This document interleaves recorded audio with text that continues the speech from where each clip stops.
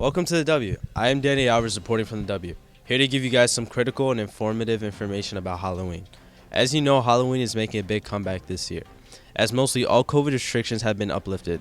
But are you wondering if it is safe to start taking candy from strangers again? Trick-or-treating seems to be fun, as the memories keep you reliving the moment for a while. But how do you know if the candy is actually candy? How do you know it is not fentanyl laced through candy? The significance of this story, you may ask. The importance of this story is Halloween candy such as Skittles being laced with drugs. According to the Today News, rainbow fentanyl is the latest Halloween scare. What really should make parents worried are the multiple news reports over the past few weeks that have claimed that fentanyl may be lurking in Halloween candy that kids will pick up for trick-or-treating this year. But fortunately, experts and officials say most of these reports are myths, but still there is a possibility of laced candy. Most of these reports came from a drug bust by the Los Angeles Police Department.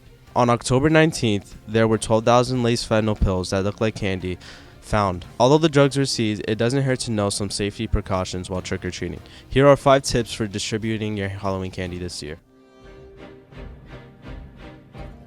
1. Any unusual appearance or discoloration, throw the candy out. 2. If there's any tiny pinholes or tears in the wrappers, throw them out. 3. Spoil or unwrap items is a heavy factor to help you to make out the decision to throw out the candy. 4. Also, homemade items or baked goods should be discarded unless you personally know who gave them. And finally, when in doubt, if it is really candy, throw it out. Well, this has been Danny Alvarez with tips to keep you guys safe for Halloween this year. Stay safe out there and happy Halloween. Back to you at the anchor desk.